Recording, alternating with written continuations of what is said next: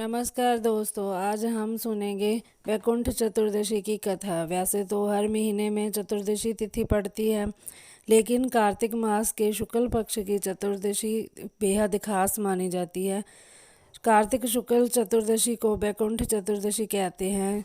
यह दिन भगवान विष्णु और शिव जी को समर्पित होता है। धार्मिक मान्यताओं के अनुसार जो भी व्यक्ति वैकुंठ चतुर्दशी के दिन भगवान विष्णु और भोलेनाथ की पूजा करता है, उसे स्वर्ग की प्राप्ति होती है।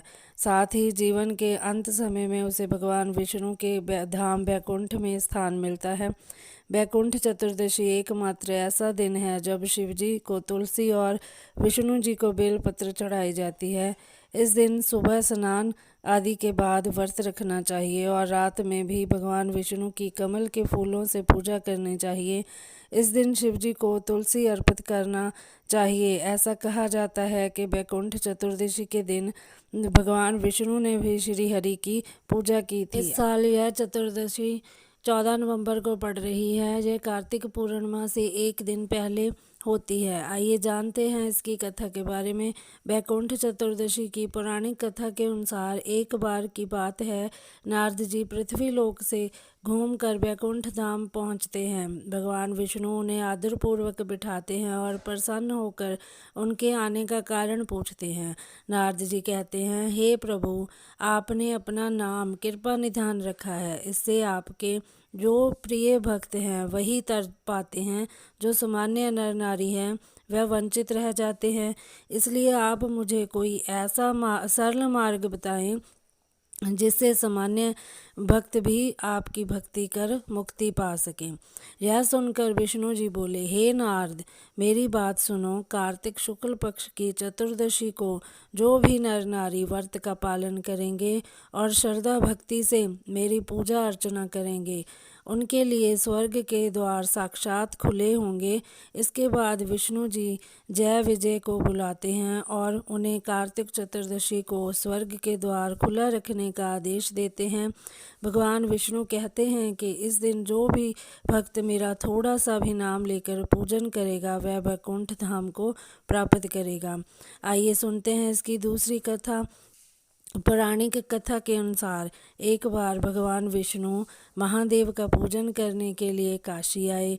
वहां मणिकर्णिका घाट पर स्नान करके उन्होंने 1000 स्वर्ण कमल पुष्पों से भगवान विश्वनाथ के पूजन का संकल्प किया। अभिषेक के बाद जब वे पूजन करने लगे तो शिवजी ने उनकी भक्ति की परीक्षा के उद्देश्य से एक कमल पुष्प कम कर दिया। भगवान श्री हरि को पूजन की पूर्ति के लिए 1000 कमल पुष्प चढ़ाने थे। एक पुष्प की कमी देखकर उन्होंने सोचा, मेरी आंखें भी तो कमल के ही समान हैं, मुझे कमल नयन और पुंडरीकाक्ष कहा जाता है। यह विचार कर भगवान विष्णु अपनी कमल समान आंख चढ़ाने को प्रस्तुत हुए। विष्णु जी की इस अगाध भक्ति से प्रसन्न होकर देवाधिदेव महादेव प्रकट होकर बोले, हे विष्णु, तुम्हारे समान संसार में दूसरा कोई मेरा भक्त नहीं है।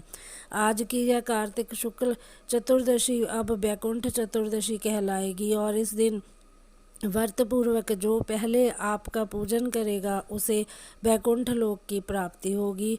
भगवान शिवजी ने इसी वैकुंठ चतुर्दशी को करोड़ों सूर्य की कांति के समान वाला सुदर्शन चक्र विष्णु जी को प्रदान किया। शिवजी तथा विष्णु जी कहते हैं कि इस दिन स्वर्ग के द्वार खुले रहेंगे। मृत्यु लोक में रहने वाला कोई भी व्यक्ति इस व्रत को करता है वह अपना स्थान वैकुंठ धाम में सुनिश्चित करता है। आइए सुनते हैं इसकी तीसरी कथा। धनेश्वर नामक एक ब्राह्मण था जो बहुत बुरे काम करता था। उसके ऊपर कई पाप थे। एक दिन वो गोदावरी नदी में स्नान के लिए गया। उस दिन वैकुंठ चतुर्दशी थी।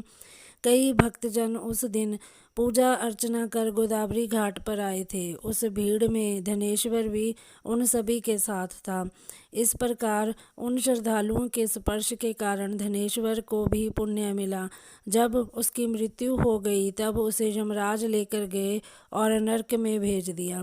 तब भगवान विष्णु ने कहा कि यह बहुत पापी है, पर इसने वैकुंठ चतुर्दशी के दिन गोदावरी स्नान किया और श्रद्धालुओं के पुण्य के कारण इसके सभी पाप नष्ट हो गए, इसलिए इसे बैकुंठ धाम मिलेगा। अंत धनेश्वर को बैकुंठ धाम की प्राप्ति हुई। इसी के साथ हमारी ये वीडियो समाप्त होती है। अगर आपको हमारी ये वीडियो अच्छी लगे तो प्लीज़ एक लाइक, शेयर और कमेंट अवश्य करें। धन्यवाद।